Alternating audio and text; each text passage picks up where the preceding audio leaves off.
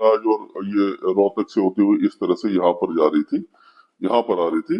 लेकिन अब आप देखो ये जो है, ये कैसे आपको पता लगेगा? ये जो रेखा है ये यहाँ पर आ गई है। इसको कैसे हम डिमार्क कर सकते हैं, ये भी हम आपको बता देता हूँ, जिससे कि आपको पता लग जाए कि अगर आपको खुद देखना है तो इसमें क्या होता है कि ये जो हवाएं हैं, ये क्योंकि साइक्लोनिक सर्कुलेशन क्या होता है कि घड़ी की उल्टी दिशा में जब हवाएं घूमती हैं तो उसको साइक्लोनिक सर्कुलेशन कहते हैं। एंटी साइक्लोन होता है जब घड़ी की दिशा में वो हवाएं घूमती हैं। तो अगर घड़ी की दिशा में हवा घूमती है तो वो नीचे की तरफ आएगी, इसको सबसिडेंस कहते हैं। अगर वो नीचे की तरफ आएगी तो इसका मतलब है कि हवा नीचे, क्योंकि गर्मी ज्यादा होती है, जैसे जैसे एटमोस्फेयर में ऊपर जाते हैं तो सर्दी बढ़ती है, यानी टेम्परेचर कम होता है। तो अगर हवा नीचे की तरफ आएगी तो वो गर्म होगी और उसमें जो नमी होगी वो बादल नहीं बनाएगी। जहां पर एंटी साइक्लोन होगा वहां पर क्लियर वेदर होगा, बादल नहीं होंगे और बारिश नहीं होगी। जहां पर साइक्लोनिक सर्कुलेशन होगा, यानी घड़ी की उल्टी दिशा में हवा घूमेगी जैसे यहाँ पे घूम रही है, तो वहां पर क्या होगा, या फिर लो प्रेशर एरिया होगा। ये जो हवाएं घूम रही है यहाँ पर आप देखिए, ये जो हवा है यहाँ पर इस तरह से घूम रही है, तो ये लो प्रेशर एरिया बना हुआ है। तो यहाँ पर हवा जब ऊपर की तरफ उठेगी और नमी जब होगी तो बादल बना के वहां बारिश करेगी। और ट्रफ को भी इसी तरह देखते हैं, यानी कि एक तो साइक्लोनिक सर्कुलेशन क्या होता है कि क्लोज, जो पूरा ये सर्कल बन जाता है। लेकिन जो इलोंगेटेड सर्कल है, यानी कि सर्कल के आसपास ये लंबाई से जो, जहां से वो इलोंगेटेड हो रहा है या खिंच रहा है, उसको हम ट्रफ कहते हैं। इसमें क्या होता है कि ट्रफ के नीचे जो हवा है वो पश्चिमी है, यहाँ पे आप देखो, और यहाँ से ये पूर्वी हो गई, घूम गई, ये घूम रही है। तो यहाँ से जो हवा घूमती है, जिस जगह से घूमती है, उसकी अगर लाइन को खींचे तो वो ट्रफ बन जाती है। तो ये ट्रफ आप देखिए राजस्थान से लेकर के अब मध्य प्रदेश, झारखंड और उड़ीसा से लेकर के गंगे पश्चिम बंगाल तक आ रही है, और यहाँ पर ये लो प्रेशर एरिया बना हुआ है। तो इसके लिए बारिश की गतिविधियां अभी इसी इलाके में अब बढ़ने वाली है। तो ये तो हो गया ये ट्रफ का। और जो जो लो प्रेशर एरिया अब मैंने दिखाया था आपको, तो इसको अगर हम देखें तो इसमें क्या देखा कि इसको मैं दिखाता हूँ आपको, ये जो लो प्रेशर एरिया बना हुआ है, तो ये जो लो प्रेशर एरिया वो धीरे धीरे आगे की तरफ जाएगा, यहाँ जाएगा, यहाँ जाएगा, इस तरह से ये आगे बढ़ता जाएगा। और ये काफी स्लो मूवमेंट है, 7-8 तारीख तक ये उत्तरी मध्य प्रदेश और पूर्वी राजस्थान के आसपास पहुंच जाएगा, उत्तर पूर्वी राजस्थान के आसपास। तो बारिश की गतिविधियां इस इलाके में लगातार बढ़ने की संभावना हमें नजर आ रही है। तो ये जो ट्रफ है, एक्सिस ऑफ मानसून ट्रफ, जो मैंने पहले बताई थी आपको, ये अब हट जाएगी, ये मतलब कि और नीचे की तरफ आ जाएगी। इसको अगर देखें हम तो इसको मिटा देते हैं, तो इसका क्या मूवमेंट है कि ये जो लो प्रेशर एरिया के साथ साथ चलेगी। यहाँ पर लो प्रेशर एरिया है, ये लो प्रेशर एरिया आया, यहाँ आया और यहाँ आया। तो अभी तो ये ट्रफ थोड़ी सी ये नीचे होके आ रही है, तो ये इसी इलाके में, यानी कि जो मध्य भारत है और जो गंगा के मैदानी क्षेत्रों के जो दक्षिण इलाके हैं, इसी के आसपास ट्रफ का मूवमेंट रहेगा, बहुत ज्यादा नहीं रहेगा। और कभी कभी क्या होता है कि ट्रफ जब बिल्कुल ही गंगा के ये जो मैदानी क्षेत्रों में, यानी कि मैदानी क्षेत्रों से हट करके अगर इसको देखें तो ये मान के चलिए कि यहाँ पर आ गई, ये इस जगह अगर आ जाती है, ये पहाड़ों की तलहटी में, तो यह क्या होगा कि इस तरह से, ये मैं थोड़ा सा आपको आपको लगेगा कि मैं कई भाइयों को लगेगा कि मैं बोर कर रहा हूँ, लेकिन मैं आपको समझाने की कोशिश कर रहा हूँ कि जब axis of monsoon trough Himalaya की तराई में आ जाती है तो क्या होता है कि इस, क्योंकि हवाएं इस तरह से घूमती हैं, तो ट्रफ के नीचे पश्चिमी हवाएं होती हैं जो सूखी होती हैं, शुष्क होती हैं, उससे नमी कम हो जाती है और बारिश रुक जाती है। और पहाड़ों की तलहटी में भारी बारिश होती है, क्योंकि हवा इसके ऊपर पूर्वी हवाएं होती है, पूर्वी हवाएं नमी वाली होती है। तो जब ये एक्सिस ऑफ मानसून ट्रफ ये पहाड़ों पर आ जाती है तो उसको ब्रेक मानसून कहते हैं, जो जुलाई और अगस्त में एक आध बार होता है। पहले क्या होता था कि ब्रेक मानसून होता था, पूरे भारत में मौसम शुष्क हो जाता था, केवल पहाड़ की तलहटी में बारिश होती थी। लेकिन अब क्या हो रहा है कि पिछले कई सालों से हम देख रहे हैं क्लाइमेट चेंज के कारण कभी कभी जो पश्चिमी सिरा है वो तलहटी में आ जाता है, तो पश्चिम भारत उत्तर पश्चिम भारत में मानसून सूख जाता है, मतलब कि बारिश रुक जाती है, लेकिन पूर्वी सिरा जो है वो नीचे रहता है। तो पूर्वी भारत में बारिश की गतिविधियां रहती है, तो इस तरह का वेदर होता रहता है। तो अब चलते हैं, हम वेदर देखते हैं। तो आज का अगर हम देखें, ये वेदर देखें आज से लेकर के कल सुबह तक का, तो इसमें आप देखेंगे कि पहाड़ों पर बारिश की गतिविधियां लगातार हैं। दिल्ली, पंजाब, हरियाणा और उत्तर प्रदेश, बिहार, यहाँ पर थोड़ी सी कम बारिश हो जाएगी। ये जो राजस्थान है यहाँ पे भी कम है, लेकिन दक्षिणी राजस्थान, गुजरात, मध्य प्रदेश, छत्तीसगढ़ और पश्चिम बंगाल में बारिश बढ़ जाएगी और यहाँ पर जाएगी। और उसके बाद ये ट्रफ फिर से थोड़ी सी ऊपर आएगी, क्योंकि लो प्रेशर एरिया इस तरह से चलेगा, तो बारिश की गतिविधियां एक बार फिर से दिल्ली वगैरह में इन सारे इलाकों में बढ़ जाएगी। और 4 तारीख के आसपास देखेंगे कि और ट्रफ जो है फिर से ये दिल्ली के नीचे आ गई, यानी कि ट्रफ का मूवमेंट लो प्रेशर एरिया के साथ साथ होता रहेगा। तो बारिश की गतिविधियां इन सारे इलाकों में बढ़ती और घटती रहेंगी। अब अगर हम देखें तो एक एक राज्य की तरफ से चलते हैं, हम बात करते हैं। तो अभी क्या होगा कि जो जम्मू कश्मीर वगैरह है, यहाँ पर 2 दिनों के दौरान यानी 2 और 3 तारीख को तो बारिश की गतिविधियां लाइट टू मॉडरेट रहेंगी, 4 तारीख को बारिश कम हो जाएगी। और उसी तरह से हिमाचल प्रदेश और उत्तराखंड दोनों में ही आज और कल बारिश की गतिविधियां अच्छी रहेंगी, तेज रहेंगी, कई इलाकों में मूसलाधार बारिश भी हो सकती है। 4 और 5 तारीख को थोड़ी सी कम हो जाएगी, यानी कि इंटेंसिटी कम ज्यादा होती रहेगी, लेकिन पूरी तरह से मौसम सूखा नहीं रहेगा कि मानसून यहाँ पर एक्टिव बना हुआ है। अब हम चलते हैं पंजाब की तरफ। तो पंजाब की तरफ अगर हम चलते हैं तो इसमें देखेंगे कि अभी फिलहाल 2 और 3 तारीख को पंजाब में बारिश की गतिविधियों में कमी दिखाई देगी आपको। लेकिन जो पूर्वी इलाके हैं, होशियारपुर, शहीद भगत सिंह नगर, जलंधर, लुधियाना, फतेहगढ़ साहब, पटियाला, संगरूर, ये जो इलाके हैं यहाँ पर बारिश होती रहेगी, बाकी इलाकों में हल्की बारिश होगी।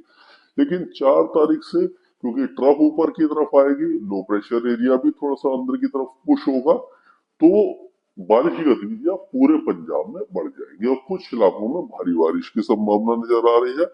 और वही हाल दिल्ली और आपका हरियाणा का रहेगा, यानी कि अभी 2 और 3 तारीख को बारिश में कुछ कमी दिखाई देगी। 4 तारीख से फिर से बारिश की गतिविधियां थोड़ी सी बढ़ सकती है। दिल्ली एनसीआर के साथ साथ आपका जो पूर्वी इलाके हैं, अम्बाला, कुरुक्षेत्र, करनाल और चंडीगढ़, पंचकुला और ये कैथल, जिंद, पानीपत, सोनीपत, रोहतक, झज्जर, रेवाड़ी, गुरुग्राम, मेवात, पलवल, फरीदाबाद, सोहना, दिल्ली और ये नोएडा, गाजियाबाद, ये सारे इलाके और ये झज्जर, रेवाड़ी तक बारिश की गतिविधियां ज्यादा होंगी, बाकी इलाकों में हल्की से मध्यम बारिश होगी। तो इस तरह का वेदर रहने वाला है।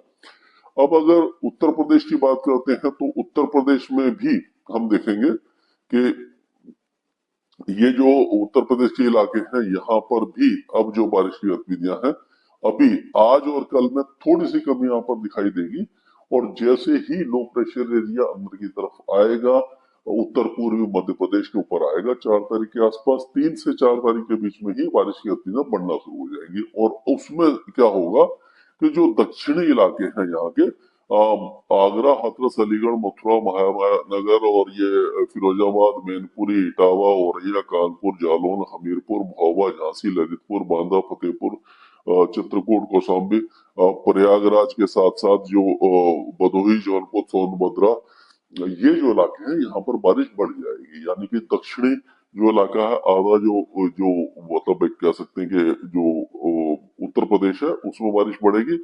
ऊपर के इलाकों में बारिश हल्की से मध्यम रहेगी। बरेली, पीलीभीत, शाहजहांपुर, सीतापुर, बहराइच, लखीमपुर खीरी, बलरामपुर, गोड्डा, बस्ती, अयोध्या, फैजाबाद, मऊ, गाजीपुर, बलिया, यहाँ पर लाइट टू मॉडरेट रहेगा। यानी कि बारिश सभी जगह पर होगी, लेकिन इंटेंसिटी दक्षिणी इलाकों में ज्यादा होगी, उत्तरी में कम होगी।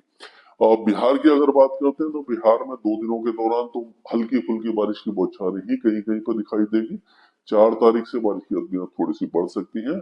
और उस समय बक्सर, रोहतास, औरंगाबाद, गया, नवादा, जहानाबाद, भोजपुर, पटना, वैशाली, समस्तीपुर, बेगूसराय और ये जमुई, बांका, ये सारे इलाकों में बारिश बढ़ जाएगी।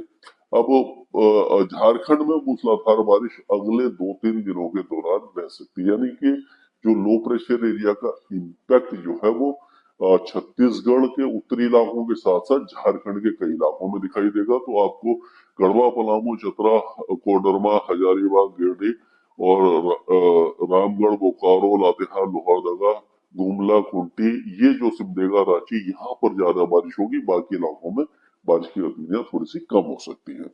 अब अगर चलते हैं पश्चिम बंगाल की तरफ, तो पश्चिम बंगाल के जो उत्तरी जिले हैं मूसलाधार बारिश देखेंगे, ये पूरे इलाके, और जो दक्षिण इलाके हैं वो लाइट रेन रहेगी। पूर्वोत्तर राज्यों में भी, क्योंकि अभी जो साइक्लोनिक सर्कुलेशन असम के ऊपर काफी दिनों से बना था वो कमजोर पड़ गया है। हवाओं की गति यहाँ से घूम रही है, क्योंकि लो प्रेशर के एरिया के कारण यहाँ से टर्न होकर के जा रही है। तो इस इलाके में बहुत ज्यादा बारिश नहीं होगी, लेकिन मॉडरेट शावर्स कई इलाकों में आपको दिखाई दे जाएंगे।